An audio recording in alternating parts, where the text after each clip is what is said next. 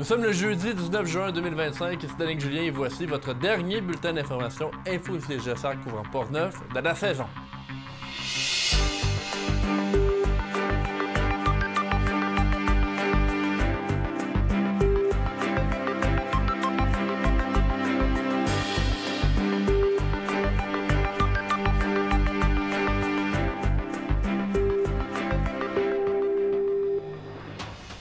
Des travaux environnementaux toucheront la tête du quai de Portneuf. On en parle avec le maire Mario Alain et le député Joël Godin. La Biennale internationale du lin de Portneuf procédait son vernissage ce dimanche 15 juin. La commission B de Saint-Casimir reprendra son envol ce vendredi. Nous nous sommes déplacés pour observer les préparatifs et finalement, on parle des événements à surveiller dans Portneuf durant la saison estivale. Bonne émission tout le monde!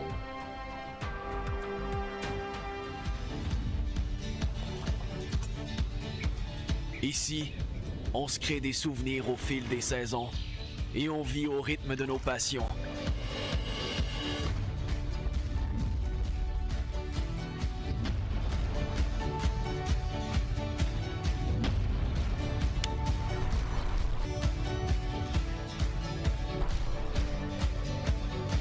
Ici, quand l'aventure nous appelle, on répond.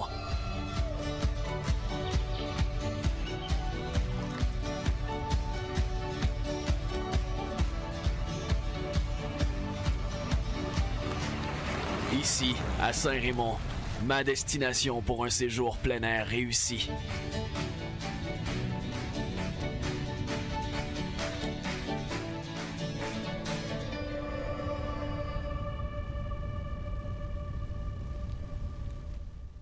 Mesdames, Messieurs, bonsoir. La tête du quai de Portneuf sera démantelée. C'est ce qu'a décidé Transport Canada, comme l'instance gouvernementale considérait que l'infrastructure du quai de Portneuf était dans un état de détérioration avancée, selon des communications qui remontent quand même à 2023. En campagne électorale, on se rappelle, il y a déjà quelques semaines, le dossier avait été effleuré par les candidats lors du débat de CJSR. Joël Godin, lors de ce débat, avait alors dit que le quai de Portneuf était sauvé, bien que des travaux allaient être effectués pour le remettre à niveau sur le plan environnemental. Dans les dernières années, les élus de Portneuf ont eu des échanges plus ou moins faciles avec Transport Canada dans le dossier du quai de Portneuf, si bien que la communication fut coupée pour un temps. Ceci aurait été rétabli, mais pour le public, l'information est difficile encore à avoir. Pour parler de la situation, j'ai discuté avec autant le maire M. Mario Alain que M. Joël Godin, le député de Portneuf-Jacques-Cartier. On commence d'ailleurs avec cette entrevue. Monsieur Godin, j'aimerais dans un premier temps savoir quelle a été votre réaction dernièrement dans les développements qui ont touché le dossier du quai de Portneuf. En fait, depuis 2015, depuis j'ai été élu pour la première fois en 2015. Je travaille avec la ville de Portneuf pour essayer de trouver des solutions. On sait que le quai devait être mis à niveau parce que les normes environnementales ont changé et le Canada, le ministère des Transports, via un programme du ministère de l'Environnement, ont décidé de mettre à niveau toutes les infrastructures du Canada que le Canada possède et le quai de Portneuf en faisait partie. Alors, depuis ce temps-là que je suis au dossier, je travaille avec la ville de Portneuf depuis 2015 et je vous dirais qu'il y a eu des développements pendant la campagne électorale.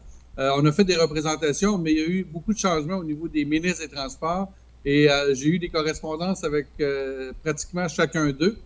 Et pendant la période électorale, les fonctionnaires du ministère des Transports ont avancé, avaient fait des appels d'offres. J'avais été mis au courant de cette démarche-là et ils ont choisi l'entrepreneur qui a le mandat pour faire la mise à niveau de la tête du quai de Portneuf. Maintenant, vous disiez en entrée de jeu que c'était pour le début juillet, il y aura des travaux. Je vous dirais qu'il y aura des travaux pour les 3 prochaines années.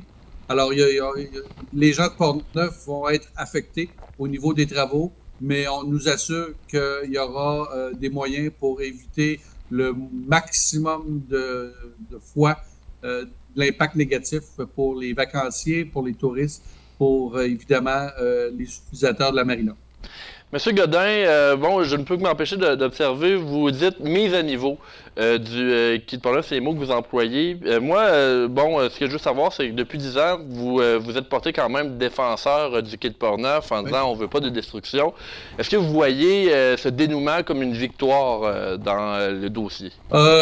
Une demi-victoire. Une demi-victoire parce que moi, j'ai toujours tenu à la tête, la tête du quai. Mais la ville de Portneuf est arrivée au constat qu'il ne faut pas nécessairement s'entêter à avoir une tête de quai. Pour ce qui est de l'utilisation de la tête de quai, c'est peut-être pas nécessaire. Et la ville de Portneuf semble satisfaite. Moi, je ne suis pas celui qui initie le projet. Moi, je suis là pour faciliter, établir les liens et trouver des solutions afin que la municipalité de Portneuf et la région de Portneuf, Jacques-Cartier, puissent être bien servies, bien défendues et bien respectées. Alors, c'est ça que je fais depuis le début.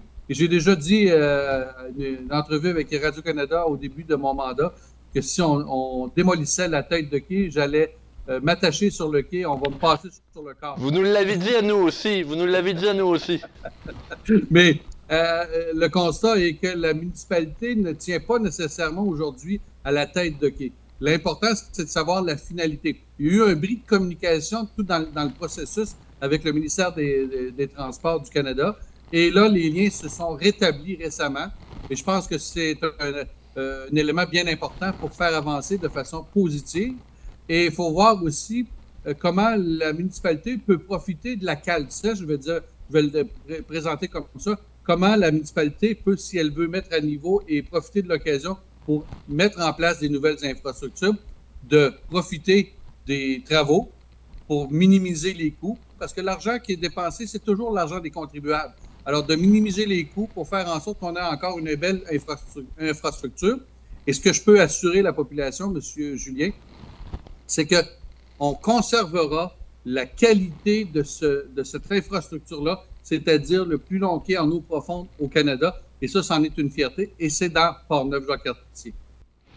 Ce que j'aimerais savoir maintenant auprès de vous, M. Godin, vous avez dit que les travaux vont être sur une durée de 3 ans. Est-ce que vous savez, en fait, en détail, qu'est-ce qui attend le quai de Portneuf? En fait, je ne connais pas l'agenda chronologique, là, mais je pense que c'était diffusé dans les médias récemment. J'invite la population à se documenter. Je n'ai pas les données techniques, là, mais effectivement, c'est sur une période de 3 à 4 ans. Et puis, c'est des travaux majeurs. Là.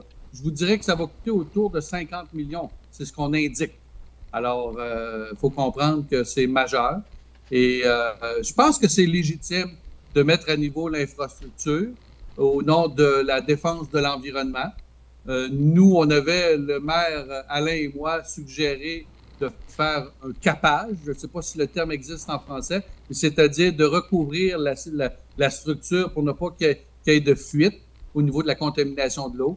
Le ministère a décidé de faire de la déconstruction. Alors, c'est leur choix, c'est eux les experts. Alors, faut s'y fier. Et l'important, c'est d'avoir l'acceptabilité sociale. Et c'est ça le problème dans le dossier depuis le début. C'est que la population de Portneuf et de la région sont dans l'inconnu. Et même moi, aujourd'hui, je ne peux pas vous dire c'est quoi la finalité du résultat lorsque tous les travaux vont être faits. Alors ça, je sais que M. Alain est en communication avec Transport Canada pour avoir une mise à jour et avoir une présentation de la population pour qu'il y ait une acceptabilité sociale. Monsieur Godin, vous m'avez parlé du fait que beaucoup de ces avancements-là ont eu lieu lors de la campagne électorale. Et là, les communications étaient encore plus réduites pour Transport Canada là-dessus. Dans le débat CJSR, vous aviez d'ailleurs dit là, que le quai était sauvé à ce moment-là. En fait, qu'est-ce que vous entendiez par ça lorsque vous avez dit ça? En fait, c'est que au moment où on était en campagne électorale, la fonction publique canadienne a procédé sans ministre des Transports. Il faut comprendre qu'en campagne électorale, le gouvernement est dissous et les fonctionnaires ont avancé dans le projet. Et la finalité de tout ça, c'est que le quai de Portneuf va demeurer le quai de Portneuf. Il n'y aura pas de démolition complète et l'infrastructure va toujours conserver sa caractéristique qui est le plus long quai en eau profonde. C'est ce que je voulais dire. Et évidemment que dans la technologie, au niveau technique, je ne pouvais pas à ce moment-là, et je n'avais pas l'information de façon précise comment ça allait être fait.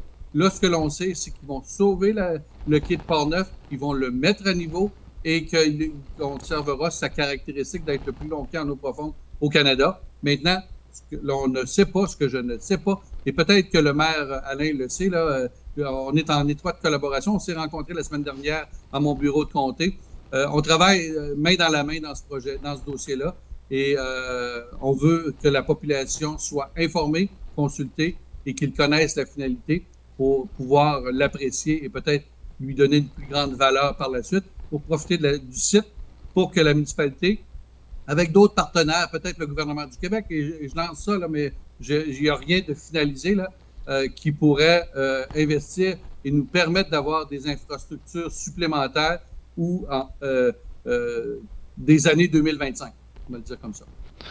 Alors, c'est ce qui complète pour ce dossier-là. Je voulais aussi vous informer que nous, c'est du côté de CJSA, c'est notre dernier bulletin avant la fin de la saison. Donc, ce jeudi, c'est notre dernier 18 juin. Est-ce qu'il y a quelque chose que vous voudriez dire à la population là, pour la saison estivale? Merci, M. Julien, de me donner l'opportunité. En fait, la première chose que je veux faire, c'est de, évidemment, remercier les électeurs qui m'ont choisi pour un 4e mandat. Également, je veux souhaiter une bonne fête nationale du Québec le 24 juin prochain. Et évidemment qu'il y a plein d'activités partout sur le territoire. Alors, je vais en faire, je pense, 8 à 10 en espérant vous rencontrer sur place. Et la semaine d'après, c'est la fête du Canada. Soyons fiers de notre pays, fêtons ensemble. Et je serai à Saint-Raymond pour distribuer le gâteau de fête de la fête du Canada. Et d'ici là, moi, j'invite la population de Port-Neuf-Jacques-Cartier à prendre du bon temps, prendre des vacances et visiter notre circonscription. Il y a plein de belles choses chez nous. Et soyons des ambassadeurs pour faire venir le plus de monde. Et si vous avez des liens avec les Américains, c'est peut-être une belle opportunité pour les faire venir de ce temps-ci. Je pense que les Américains nous apprécient beaucoup et c'est de faire une pierre deux coups. M. Godin, je vous remercie pour votre présence en ligne pour cette entrevue et on aura l'occasion, j'imagine, à partir du mois d'août de rediscuter ensemble. Dès le 1er juillet, donc, il sera possible pour les citoyens d'apercevoir des travailleurs de la firme Polaris d'entreprendre les travaux sur le quai, qui vont s'étaler d'ailleurs sur au moins 3 ans. Avons-nous l'acceptabilité sociale, c'est une des questions que j'ai posées à Mario Alain, maire de Port-Neuf. Voici cette entrevue. Il est avec nous en studio, Mario Alain, maire de Port-Neuf, pour parler justement de la démolition de la tête du quai de Port-Neuf. Bonjour, M. Alain. Salut, Danick, ça me fait plaisir. Merci d'être des nôtres. M. Alain, il y a eu beaucoup de développement dans les 3 derniers mois au niveau du quai de Port-Neuf. Qu'est-ce qui s'est passé là, dernièrement? Écoute, je vais partir d'un peu plus loin, Danick, parce que quand même, l'histoire du quai de Port-Neuf, ça date de plusieurs années. Pour avoir discuté avec d'anciens conseillers municipaux, le dossier du quai de Port-Neuf, de la cession du quai de Port-Neuf à la ville de Port-Neuf, il a été en soi réglé 2 fois. Mais dans les 2 fois que ça a été réglé, les gouvernements fédéraux ont changé, puis les projets sont tombés à l'eau.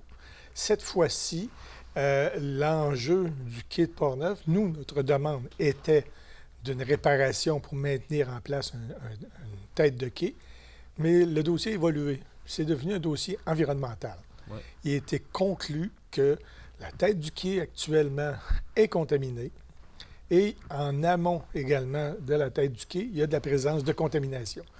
Fait que ça justifie pour Transport Canada une mise à niveau environnementale qui fait que la décision de démolir notre tête de quai, elle a été prise, les contrats ont été octroyés, puis disons que la ville de Port-Neuf, au niveau environnemental, on n'a aucun pouvoir. C'était pas ça que vous vouliez au départ, mais là, vous comprenez que c'est niveau environnemental. Non, au départ, il faut se le dire.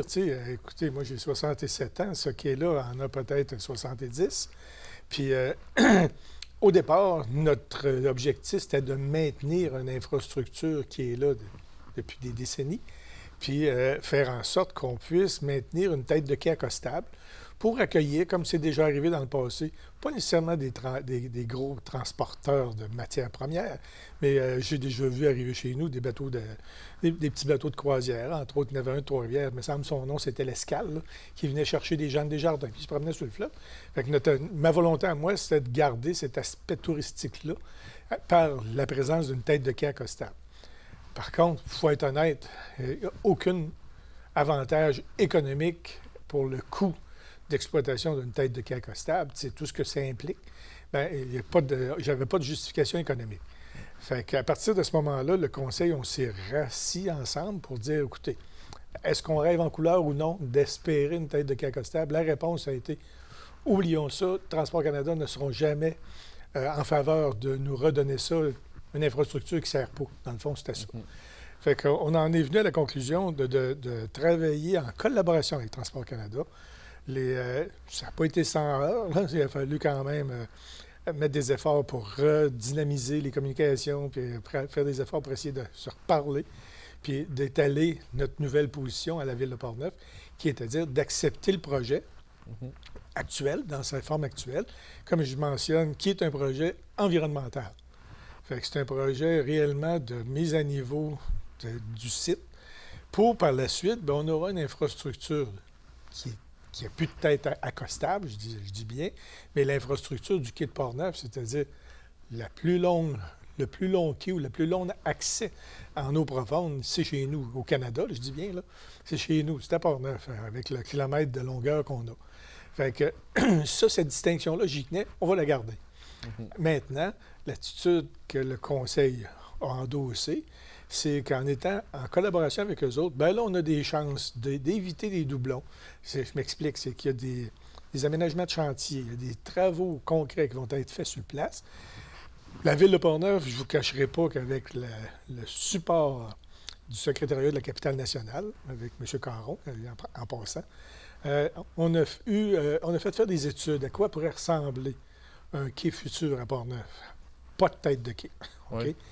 Puis, on a des études, c'est réellement embryonnaire, là, mais quand même, ces études-là nous amènent à une vision potentielle de ce qu'un futur pourrait ressembler. On n'en est pas là, mais au moins, on a une vision.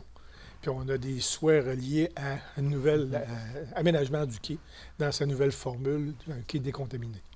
Donc, ça, vous êtes assis avec le Conseil, vous avez changé votre vision, vous avez réfléchi avec les divers faits et les enjeux que vous aviez à composer. Tout à fait. Puis, c'est pour ça là, qu'il y a eu peut-être un petit changement de votre niveau, mais il y en a également un au niveau de Transport Canada, parce que les communications étaient fermées, puis là, on communique avec vous. C'est pas compliqué, Danick. Les communications étaient fermées parce qu'en 2023, moi, j'avais envoyé une lettre signée de ma main à Transport Canada en leur mentionnant, tu sais, parce qu'il faut que je revienne en arrière, ça fait quand même plusieurs années, pour ne pas dire 25-30 ans, que ce dossier-là est en négociation avec la Ville de Portneuf et Transport Canada. Il n'a jamais abouti, OK?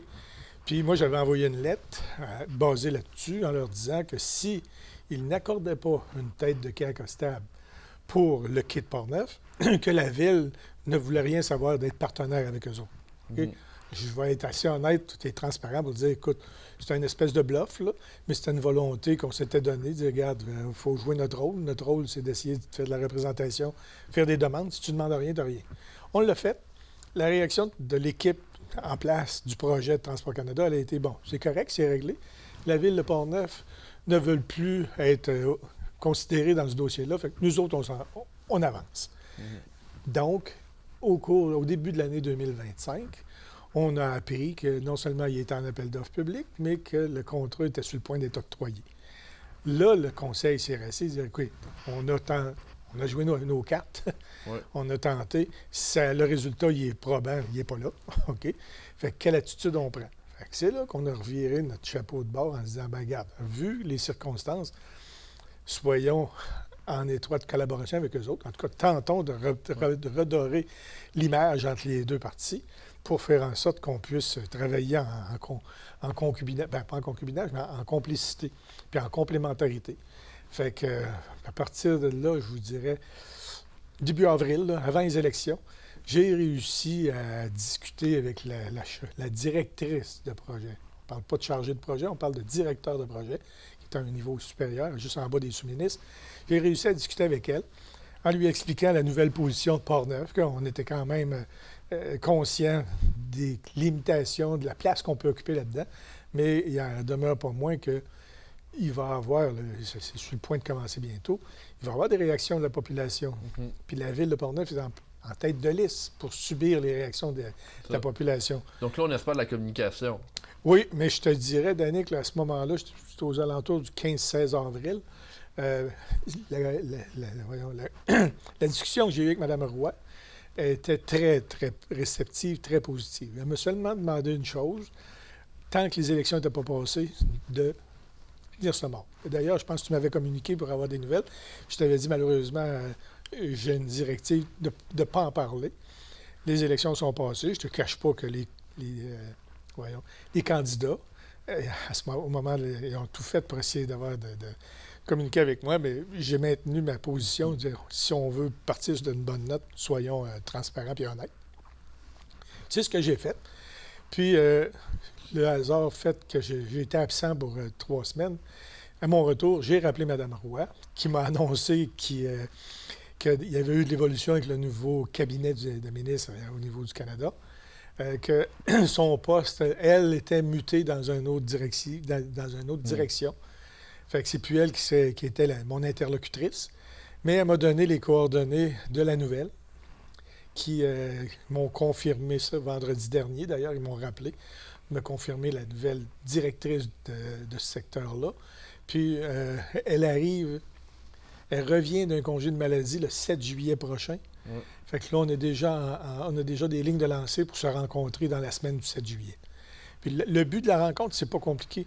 C'est d'établir ensemble la présentation respectable qui va être transparente pour la population, pour leur faire comprendre que c'est là qu'on est. Voilà la position de la Ville, voilà la position de Transport Canada.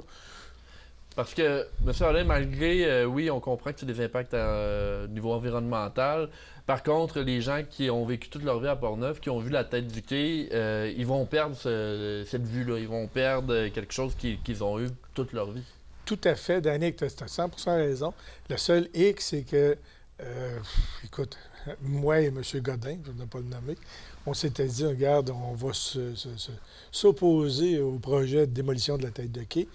Mais quand tu prends l'ensemble des considérations, il faut s'adapter. Puis s'adapter, ça veut simplement dire, il y a un message à passer à la population, de dire, écoutez, c'est un projet environnemental de décontamination, mais il y a quand même des vues à plus ou moins long terme pour redorer ce site-là. Parce que le site demeure unique.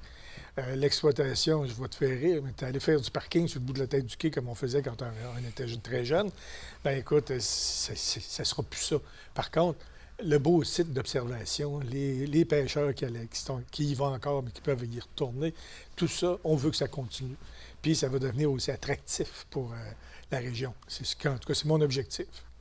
Alors, Marie-Alain, je vous remercie d'avoir été des nôtres pour répondre justement à ces questions et je vais vous souhaiter également une bonne saison estivale, là, comme c'était notre dernier bulletin de la saison. Bien, c'est très gentil. Merci beaucoup, Danick. Merci. Un peu plus tard, on parle de la Biennale internationale du lin de Portneuf qui en est déjà à sa 11e édition. Ah, merci, madame. Moi, il y a des jours où je vends des arbres. Puis il y a d'autres jours où je me repose entre 2 arbres. La conciliation travail-retraite, le meilleur des deux mondes. Puis achalez-moi pas. Depuis plus de 50 ans, CJSR est la télévision de la région de Portneuf. Partout sur le territoire, notre équipe est là pour informer la population. Disponible autant en ligne que sur le câble, notre programmation rejoint les jeunes et les moins jeunes. À chaque saison, la TV Portneuf diffuse des émissions originales créées dans Portneuf pour et par les gens d'ici. CJSR est constamment à la recherche de nouvelles idées d'émissions et de nouveaux collaborateurs. Si vous désirez partager vos passions ou apprendre les rudiments de la production vidéo, notre équipe est là pour vous aider à réaliser votre projet. CJSR, la TV Portneuf s'intéresse à vous.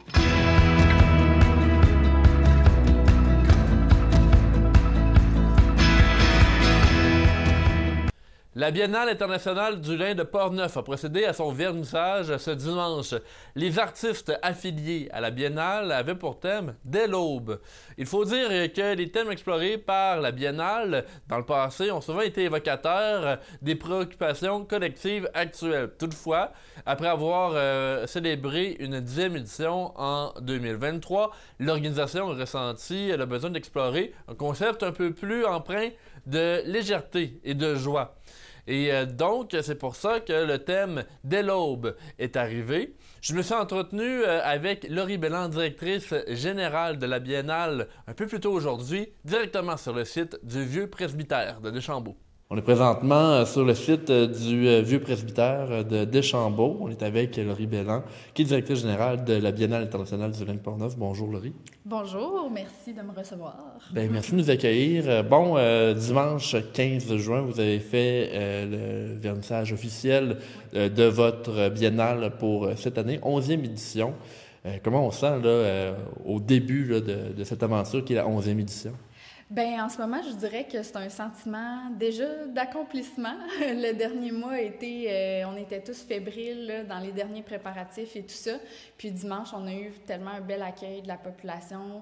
On est vraiment contents là, du lancement. Puis on a juste hâte au prochain mois, là, puis à toute notre programmation qui est à venir.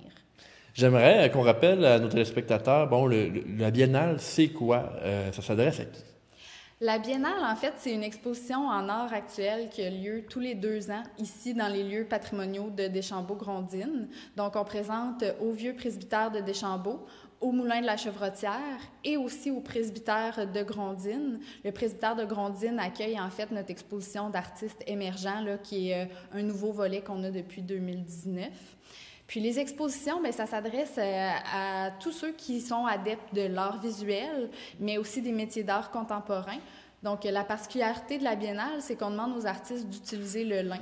Donc, bien sûr, on reçoit beaucoup d'œuvres textiles, mais on a aussi, comme vous pouvez le voir, de l'installation, de la sculpture, de la peinture.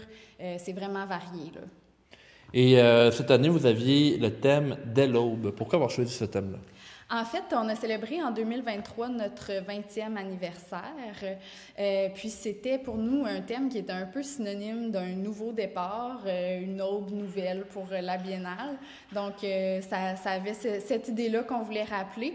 Puis aussi, c'est parce que dans les dernières éditions, on avait aussi souvent des thèmes qui étaient plus sombres, un peu plus liés à des thématiques actuelles, sociopolitiques. Donc, on voulait quelque chose qui avait un petit message d'espoir, de joie là, cette année. Donc, pourquoi la thématique de l'aube?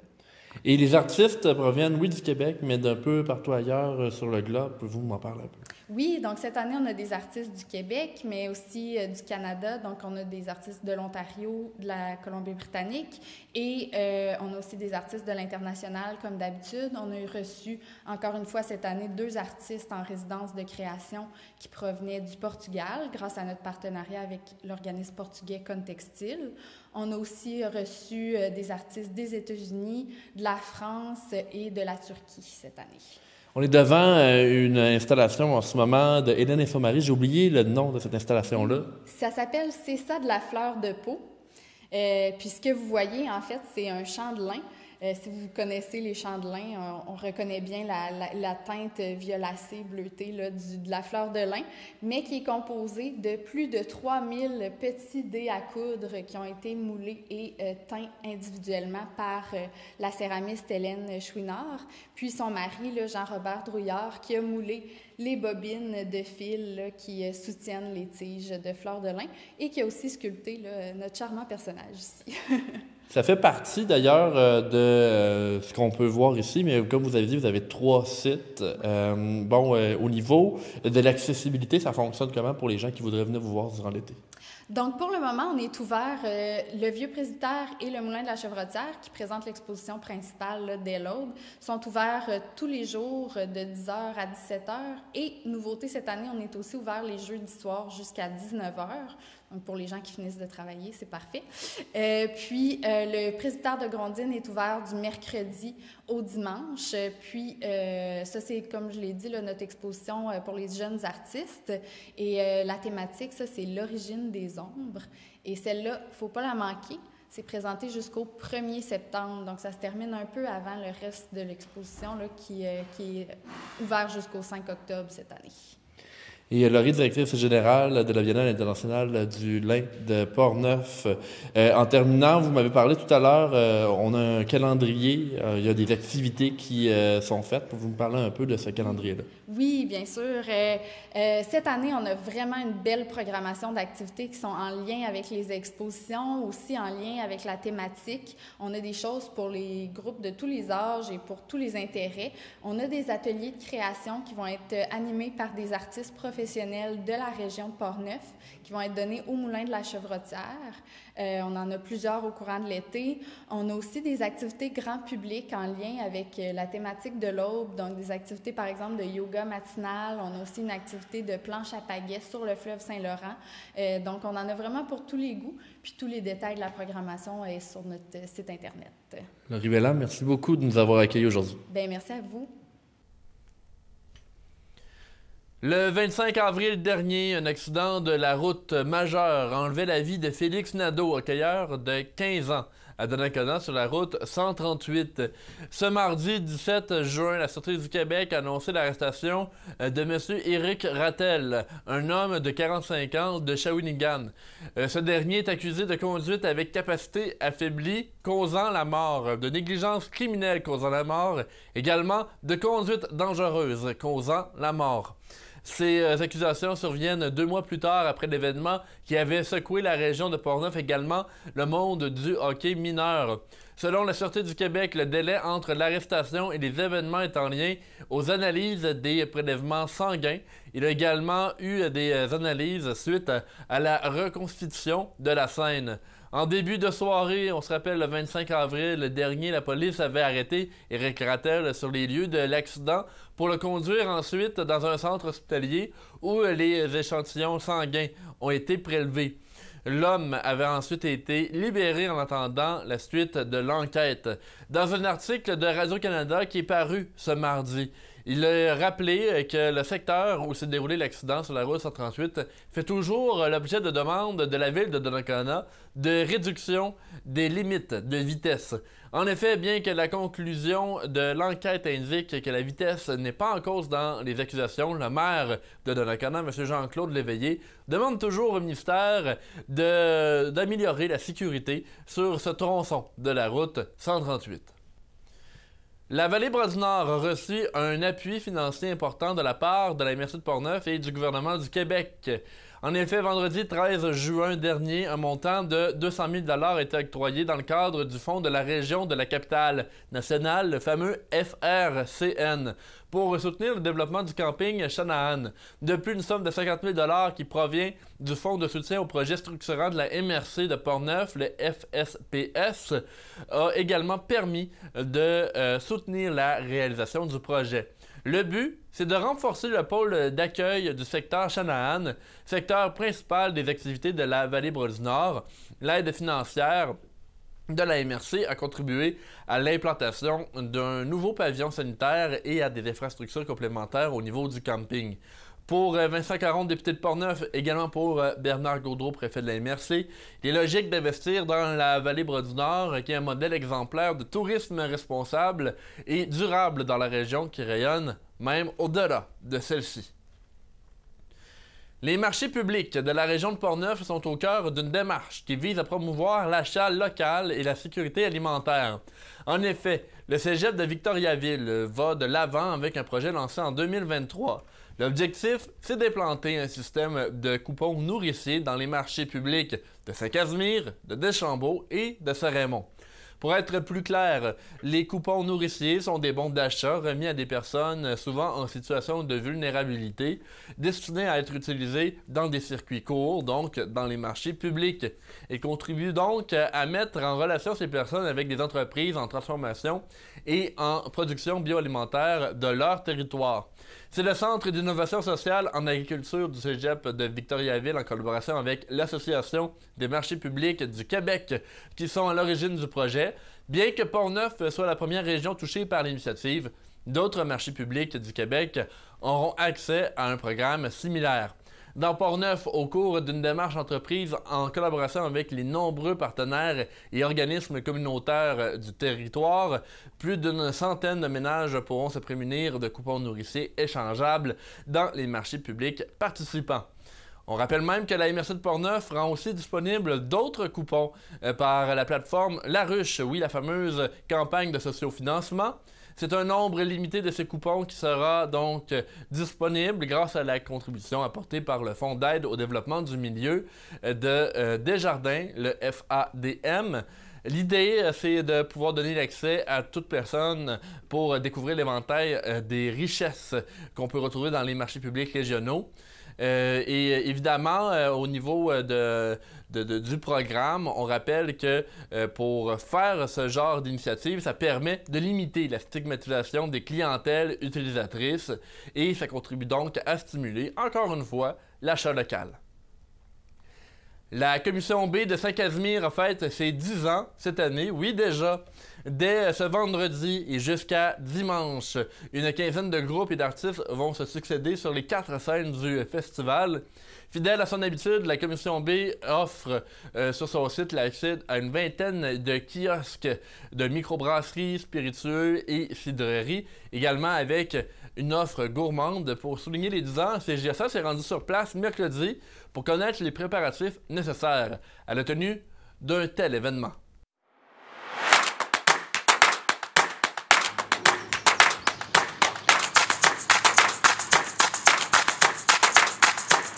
On est présentement à Saint-Casimir avec Maxime Naud-Denis, directeur général et artistique de la grande famille Les Grands Bois. Bonjour Maxime, ça va bien? Ben, ça va très bien, ça va très bien. On est à 2 jours de la 10e édition de la Commission B. Comment on se sent là, en ce moment? Écoute, on regarde la météo, pour l'instant ça s'enligne bien. On regarde la billetterie, pour l'instant c'est très très très bien aussi. Donc je te dirais que moi en ce moment, on est très occupé. Mais il n'y a pas énormément de stress. Le seul stress qui me reste, c'est qu'il annonce une très grosse pluie jeudi, qui est la grosse journée de montage. Fait que, évidemment, je ne peux pas m'empêcher d'avoir une pensée pour les techniciens qui vont monter la scène, qui vont ouvrir des coffres, qui vont brancher l'électricité.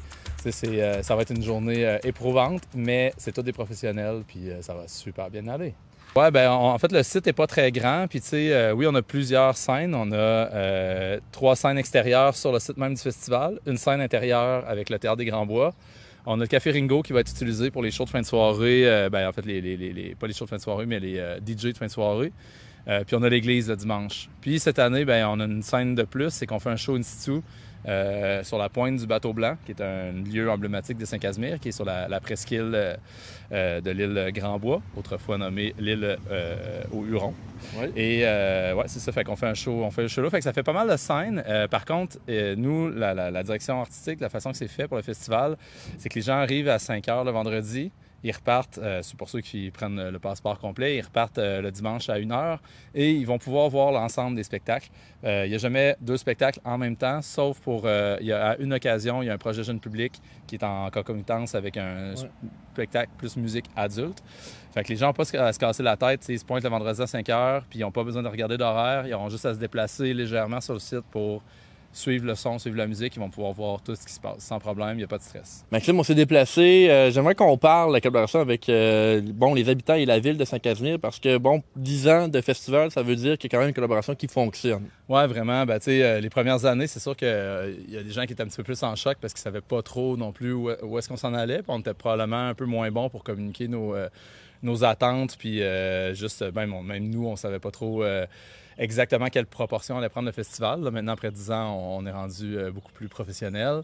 La ville nous appuie, ils nous fournissent la signalisation, ils nous permettent de fermer des rues. Même cette année, on a fait une demande de fermeture de rue une journée plus tôt pour surtout la sécurité de nos équipes, je dirais, parce que quand il y a des véhicules qui passent à travers les équipes de festival, ça peut être quand même dangereux. Autant les chauffeurs d'autobus scolaires, les agriculteurs, tous les usagers de la route font le détour, c'est vraiment super. On n'a jamais de plainte, fait que je peux pas demander mieux. Puis le festival ici, il tient lieu en plein milieu d'un village. C'est pas un festival qui est dans un champ ou dans un lieu éloigné. On s'entend qu'on met du son à forte dose dans le village pendant 3 jours, 2 jours, mettons. Le dimanche, ça va, c'est plus interne. Mais c'est ça, il y a énormément de tolérance de la part de tous les citoyens. Puis je ne manque pas une occasion de les remercier pour ça. Puis je le dis aussi à l'externe, à quel point tous les citoyens de Saint-Casimir sont, en tout cas, à ma connaissance, extrêmement tolérants. Et là, on est devant une scène que vous avez achetée pour le festival. Ouais. Vous l'avez déjà utilisée auparavant, mais là, elle vous appartient. Oui, c'est ça. Dans le fond, c'est la deuxième année qu'on utilise cette scène-là. L'année dernière, on l'avait louée pour la première année. Puis honnêtement, on a été flabbergastés par la qualité du son sur cette scène-là, la qualité de sa construction aussi. Ça a été fabriqué par quelqu'un de la Mauricie qui a mis beaucoup d'amour à l'époque. C'est une scène mythique qui a servi dans plein de festivals en Mauricie. Puis finalement, nous autres, on a décidé de l'acheter cette année parce qu'on voulait absolument se la réserver d'année en année. Ça devient une scène permanente aussi, fait que c'est une scène couverte. Notre scène dans le parc, finalement, le long de la rivière, elle n'est pas encore couverte. Là. Il y a un projet pour la couvrir dans les années à venir. Mais tu sais, c'est super pour les aléas de pluie qu'il peut y avoir dans un événement comme ça. Mais c'est surtout une scène magnifique et aux sonorités exceptionnelles. Et avec des scènes comme ça, ça nous prend une programmation qui permet de bien utiliser l'équipement. Parlez-nous un peu de la programmation de cette année. Oui, c'est ça. Dans le fond, la programmation, on l'a structurée un peu comme l'année dernière, où on a fait une soirée rock, plus rock, le vendredi, plus adulte, évidemment. Comme ça commence à 5 heures, puis ça va se terminer à 1h30 du matin. Les adolescents sont bienvenus, les enfants aussi, mais il va y avoir énormément de monde. On va être 3500 personnes sur le site le vendredi. Fait que c'est sûr que c'est pas tous les parents qui sont à l'aise d'amener leurs enfants dans des aussi grosses foules. Je sais que, comparé à des festivals comme le festival d'été où c'est pas nécessairement des grosses foules, mais fait qu'après ça, c'est ça, on a Danny Placard qui va ouvrir le bal le vendredi, Population 2, super band émergent. Ils sont émergents, mais ils sont de plus en plus connus. C'est un des prochains gros bands québécois. Après ça, on a Galaxy, très bon band de rock. Angine de Poitrine, qui vont poursuivre sur cette scène-là. En fait, Population 2, Angine de Poitrine vont être ici. Galaxy va être le premier band à inaugurer la grande scène, finalement, qui est dans le stationnement à côté de la brasserie, à 2 pas de cette scène-là, finalement. Ouais. Puis on finit la soirée avec Patrick Watson sur la grande scène également. Ça va être un très beau moment. Puis en toute fin de soirée, il va y avoir Violette Pie qui va jouer sur cette scène-là à nouveau. Donc ça, c'est pour la soirée du vendredi. La journée du samedi, c'est une journée plus pluridisciplinaire. Fait qu'on a des arts du cirque. On a un projet, je dirais, c'est comme une espèce de DJ disco un peu pour les enfants. Après, avec DJ, avec poncho, costumé, ça va être vraiment cool. On a de la musique, les gros noms si on veut, on a Petit Béliveau, on a Teke Teke qui vont être là, qui sont un band de surf rock japonais psychédélique de Montréal, super bonne musique. Il va y avoir Maya Barou qui vient de la France, qui est venue pour le festival de la chanson de Tadoussac qui a eu lieu la semaine dernière. J'ai croisé plusieurs festivaliers à Tadoussac. Moi, j'ai pas pu y assister parce que j'étais avec mon fils, puis ça n'a pas donné, puis je savais que j'allais l'avoir ici. Ouais. Mais il y a plusieurs festivaliers qui m'ont dit que c'était un de leurs shows coup de cœur là, du festival à Tadoussac. Donc, manquez pas Maya Barou. Il y a 3 chances pour l'avoir au Québec cet été. Donc, ça vaut le coup. Sinon, on va avoir Martin Lisotte qui, comme à son habitude, invite des musiciens de jazz. On lui laisse la scène du Parc des Grands-Bois sur le bord de la rivière. Dans le fond, il invite 4 musiciens à venir jammer. Donc, ils vont faire 3 sets, 3 jams complètement improvisés. Dans les musiciens, il va y avoir Robbie Custer, qui est un des meilleurs drummers-batteurs au Québec. À mon avis, c'est vraiment hallucinant de le voir jouer de la musique, ce gars-là. Il va y avoir Joe Grass, qui est l'ancien guitariste de Patrick Watson, qui a son projet solo à lui. C'est un excellent musicien aussi. Et Mathieu Daisy, qui est le contrebassiste de Martin Lisotte dans ses projets et qui a également son projet personnel. Au-delà des spectacles, la Commission B, comme d'habitude, il y a une offre brassicole, une offre alimentaire encore comme dans les années précédentes? J'ai pas le compte exact. Je pense qu'on va avoir au-delà de 25 brasseries représentées, peut-être même 28.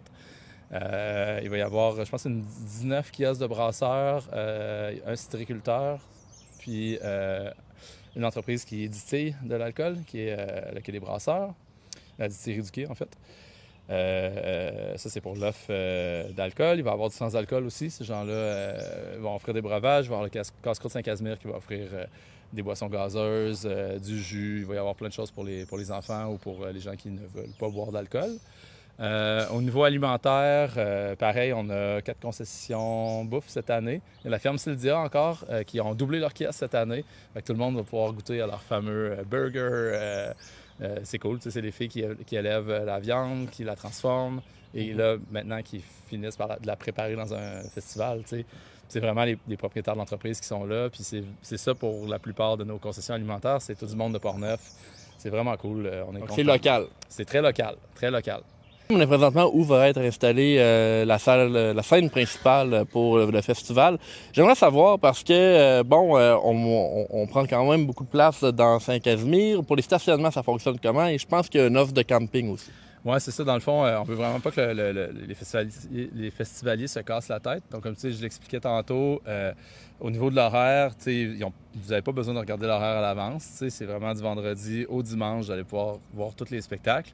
Quand vous arrivez, soit le vendredi, samedi ou le dimanche matin, il y a 4 zones de camping, 4 zones de camping désignées. Toutes les informations sont sur le site web, en passant, ou sur l'application. Tous les sites sont géolocalisés, il y a des indications routières, fait que cassez-vous pas la tête. Il y a des sites qui sont à moins de 5 minutes à pied, 5 à 10 minutes. Le stationnement principal, c'est sûr que les gens peuvent se stationner dans le village, il y a toujours de la place. C'est sûr que c'est très cordial de ne pas envahir le village non plus de voitures, fait qu'on a fauché un grand champ à peu près à 20 minutes à pied du festival, mais il y a une navette qui va faire l'aller-retour assez fréquemment. Donc, il va y avoir les horaires d'affichés sur l'application et sur le site du stationnement qui est dans le Rapide Sud, vers Saint-Anne-de-la-Pérade. Donc, les gens peuvent se stationner là. Dans ce champ-là, s'il y a des gens qui viennent avec des VR, des gros véhicules, ça rentre, il n'y a pas de problème. Le sol est bon, il peut supporter ce genre de véhicule-là. Les gens peuvent se tenter là aussi. Un peu plus loin, il y a un spot qu'on appelle la Grange à Véro, dans le Rapide Sud également, où il y a un spot où les gens, libres à eux de décider, mais il y a une plage accessible et possibilité de baignade, on pense. Fait qu'on ne veut pas encourager les gens à se baigner, mais ceux qui voudront le faire, je pense que c'est une bonne place. Puis, il y a un site de camping qui est le parc de l'île Godin, qui est à 5 minutes à pied du festival, qui c'est vraiment le plus proche. Puis, il y a le parc Grand-Bois, le parc Giroux, qui est directement en face du site du festival, mais l'autre côté de la rivière. Donc, ça aussi, c'est à peu près à 10 minutes à pied, là, même pas un peu moins de 10 minutes là, du site du festival. Fait que c'est pour les tentes, les 2 derniers que j'ai dit. Maxime Naudeny, merci beaucoup de nous avoir accueillis aujourd'hui. On est mercredi, donc demain, c'est votre grande journée de montage. Jeudi, et ensuite, on lance le coup d'envoi vendredi. Oui, en plein ça. Puis si je peux me permettre un dernier remerciement, il y a toutes les équipes de festival qui ont vraiment contribué. Puis 10 ans, c'est pas rien, là. C'est beaucoup d'énergie, beaucoup d'efforts de tout le monde, beaucoup de sacrifices aussi. L'événement a eu une croissance rapide. Donc, ça implique que tout le monde y met du sien. Puis cette année, on a ramassé plus de partenaires que jamais. Fait que, comme toujours, Desjardins nous appuie depuis longtemps. Ça a été des pionniers là-dedans. Cette année, ça va être la scène Hydro-Québec, en fait, cette scène-là.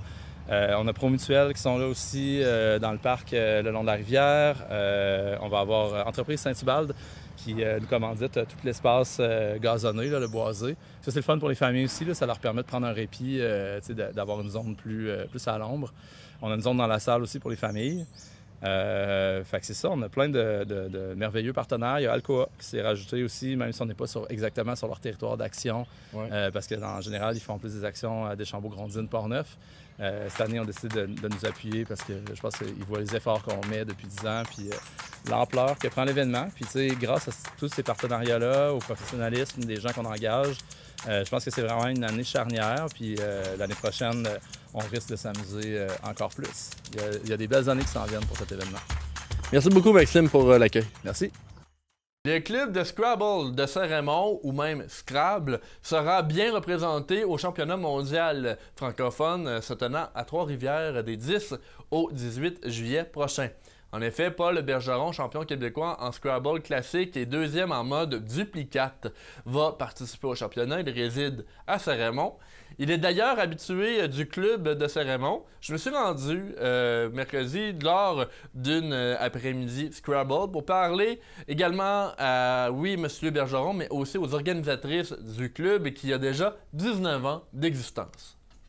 Alors, on parle maintenant de Scrabble. On est au club de Scrabble de Saint-Raymond. J'ai avec moi 3 personnes. Marie-Paul Thériault, qui est la fondatrice du club, qui en est maintenant à sa 19e année. Bonjour, Marie-Paul. Bonjour. Également avec nous, Régine Plamondon, qui est co-responsable du club. Bonjour. Bonjour. Et finalement, nous avons Paul Bergeron, qui est avec nous, qui est champion québécois cette année de Scrabble classique, également co-champion pour le mode duplicate. On est en entrevue aujourd'hui parce qu'on veut parler un peu de votre club, puis de savoir un peu comment ça fonctionne. On était venu l'année passée pour faire un petit reportage sur vos activités, un peu à la même période de l'année. Là, j'aimerais vous parler à vous, Marie-Paul, à savoir, pourquoi au départ vous avez fondé le club de Scrabble? Parce que j'aimais ça, jouer au Scrabble. Je jouais au Scrabble depuis très longtemps, depuis que j'étais jeune, avec ma mère, puis avec mes amis, puis on jouait toujours au Scrabble. Puis quand j'ai appris le duplicate, j'ai bien aimé ça. Le timer, moi, ça m'a donné une petite claque pour jouer au duplicate. Pour ceux et celles qui nous écoutent à la maison, qui ne savent pas c'est quoi le duplicate, rapidement, ça ressemble à quoi? C'est ce qui joue partout dans les clubs, OK. à la grandeur de la province. Fait qu'on peut aller sur... Moi, quand je vais à Montréal, chez mon fils, des fois, on va dans un club jouer une partie de Scrabble. Parce qu'on aime ça toutes les deux. Puis c'est pour ça que je voulais fonder un club à Saint-Raymond. De la façon dont ça fonctionne, tout le monde est à armes égales. Là. Tout le monde on est a à armes égales. Les mêmes lettres. C'est ça. Les mêmes... on marque notre mot, on marque nos points. Puis après ça, on met le top sur notre planche. Tout le monde met la même chose. Cette année, c'est particulier parce que dans votre club, vous avez Paul Bergeron qui est avec nous ici. On a été très chanceux. Ça fait 4 ans environ qu'il est avec vous. Et cette année, il est champion québécois en classique et co-champion en duplicate. Qu'est-ce que ça vous fait, vous, d'avoir ça me fait plaisir, champion puis à je l'admire, puis je suis contente. Mais on n'essaye pas à le battre, là. On n'est pas capable. Moi, en tout cas. Ça vous décourage pas? Pas en tout. Moi, je joue pour... moi, j'en ai connu quand j'allais à Québec, là. Ça les énervait quand ils ne trouvaient pas tout. Ils arrêtaient de jouer. Ben moi, j'ai dit non, c'est un jeu. Je m'amuse. Je joue pour m'amuser. Fait que si lui joue mieux que moi à côté de moi, je suis contente pour lui. Mais moi, ça m'ôte rien, là. Je joue pour moi. Puis c'est ça le duplicate, on joue pour nous. Je comprends. J'aimerais peut-être passer la parole à Régine Plamondon, qui est co-responsable du club. Oui. J'aimerais savoir votre arrivée dans le club, comment ça s'est passé? Par un heureux hasard, je rencontre quelqu'un du club sur le trottoir à Saint-Raymond qui me dit « Hey, Régine, je sais que tu aimais le français, viens nous rejoindre. On joue toutes les semaines au Scrabble, une nouvelle manière de jouer. » Moi, j'avais aucune idée c'était quoi. Alors, je me présente ici, j'essaie ça, et là, t'as chaud, parce que t'es timé pour jouer, puis il faut que tu trouves le meilleur mot. Écoute bien, ça m'a pris 3 fois avant d'être bien autour de la table, parce que je me suis demandé si j'arrêtais pas, parce que c'était stressant. Mais j'ai persisté, et de grâce, quel bonheur. Moi, je préfère maintenant le duplicate au parti classique. C'est plus... En tout cas, pour moi, c'est plus juste. Tout le monde a les mêmes lettres, tout le monde cherche le meilleur mot. Et c'est à chaque semaine, dépendamment de notre concentration au jeu, nos scores varient énormément. Alors, on joue tout le temps contre soi-même et non pas contre quelqu'un en avant de soi. Donc, le dépassement de soi. Bien, en tout cas, ça nous fait plaisir quand on augmente notre moyenne. Vraiment. Ben oui. C'est ça qui a fait que j'ai resté. J'aimerais ça vous parler, Paul. On s'était vu l'année passée. Vous étiez, je crois, 4e québécois l'année passée. Maintenant, vous, depuis le mois d'avril, vous êtes champion québécois en classique, co-champion en duplicate.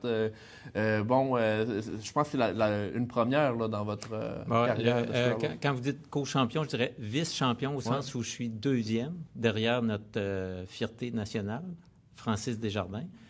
Mais c'est mon meilleur rang à vie. Dans mes rêves les plus fous, je ne pensais pas percer le mur. Moi, j'appelle ça le mur des 4 premiers. Là. Parce que moi, je suis très compétitif. Je ne me satisfais pas toujours on va dire, de faire une bonne performance. Je veux me dépasser moi aussi avec mon niveau. Puis, en classique, je suis vraiment le champion 2025 en titre. Moi, j'aime les deux. Je suis aux deux. J'accepte que si j'ai pas des belles lettres, ben il faut faire avec. Si on a un citron, on fait de la limonade. C'est ça qui est important. En terminant, je vous redonne la parole soit à Réjeanne ou à Marie-Paul de savoir, y a-t-il encore possibilité de rejoindre votre club pour jouer avec vous autant durant l'été que peut-être à partir de l'automne? On prend une petite pause l'été de 2 à 3 semaines. Puis, on peut toujours nous rejoindre parce que nos coordonnées sont sur le site web de la Fédération des clubs de Scrabble. Puis, il y a toujours les informations de Paul et moi. Oui, c'est ça. En appelant. Les coordonnées pour nous rejoindre. Puis, c'est tous les mercredis à 1h30. À 1h qu'on est ici. Fait que s'ils veulent venir nous voir, ils viennent ici, puis on les reçoit. Puis la personne qui vient pour la première fois, on lui montre aussi, là, ouais. On ne la laisse pas dans son coin. Puis elle peut se permettre 2-3 fois de venir essayer. Ça ne l'engage à rien, mais c'est vraiment une belle expérience. Moi, je parle parce que j'ai passé par cette expérience-là. Je ne connaissais pas du tout et je suis maniaque. Vraiment. Bien, je vous remercie, Paul, Marie-Paul, Réjeanne. Merci de nous avoir parlé aujourd'hui. En cette fin de bulletin, nous allons survoler donc des activités estivales qu'il sera possible de fréquenter dans la région cette année. Comme nous avons parlé ce soir déjà de la Biennale internationale du lin et de la Commission B, nous allons passer directement aux autres événements. Et déjà, demain 20 juin à Pont-Rouge, il y aura l'événement Apéro, visant à lancer l'été en grand. Se déroulant au jardin du 150e de la ville de Pont-Rouge, l'événement va proposer des arts de cirque, de la musique lancée par un DJ et des kiosques gourmands. Évidemment, on le sait, très bientôt, 23 et 24 juin, plusieurs municipalités vont célébrer la fête nationale. D'ailleurs, voici la liste des activités qu'on va pouvoir retrouver cette année. À Donnacona, au parc Donnacona, les musiciens Vince Lemire et Tommy Connelly vont s'occuper de la portion musicale. À Rivière-à-Pierre, 23 juin, une course de canards sera organisée au parc La Crozette avec en soirée de la musique faite par M. Serge Cochon. À Saint-Raymond, à 17h, l'Agora du Pont-Tessier. Il y aura donc des jeux gonflables, un hommage au drapeau et la prestation du duo Carignan, suivi de la formation Palmarès. À Neuville, 24 juin, il y aura des jeux gonflables en après-midi, des spectacles pour enfants et des chansonniers. À Grondines, toujours, on revient le 23, la population est invitée à la place du quai. Les musiciens Fred Lévesque et Luc Trudel s'occuperont du spectacle de musique. À Saint-Uribe, à 20h, la formation portnevoise Sulfly occupera la scène en promettant variété et musicalité. Pour Saint-Léonard, il y a de la programmation autant en après-midi qu'en soirée. En après-midi, on va retrouver Victor Julien et Maëlie Hudon pour un spectacle du groupe Les Vieux pour un spectacle. Et ensuite, en soirée, c'est le groupe Les Vieux de la Veille. À Saint-Casimir, c'est le 24 juin au terrain de loisirs. Il y aura plusieurs activités pour les familles comme la présence de jeux gonflables. À Cap-Santé, c'est des jeux gonflables également et une prestation du chansonnier assez connu, Benoît Plamondon. D'ailleurs, Benoît sera le lendemain à Port-Neuf pour l'activité. Il y aura d'ailleurs à Port-Neuf des tours d'hélicoptère le 24 juin. Également des tours de train. Alors c'est à ne pas manquer du côté de Port-Neuf. À Saint-Marc-des-Carrières, il y aura un grand feu de joie sur le terrain de baseball ainsi que de la musique francophone. Et finalement, à Deschambault, ça se passe le 24 juin sous la thématique « Gens du pays » qui rend donc hommage au 50e anniversaire de cette chanson emblématique écrite par Gilles Vigneault et composée en collaboration avec Gaston Rochon. C'est de cette façon que se déploieront les festivités de la fête nationale à Deschambault. Donc, le soleil maintenant. On parle de la météo. Le soleil sera surtout des nôtres ce samedi. Voici les prévisions météo.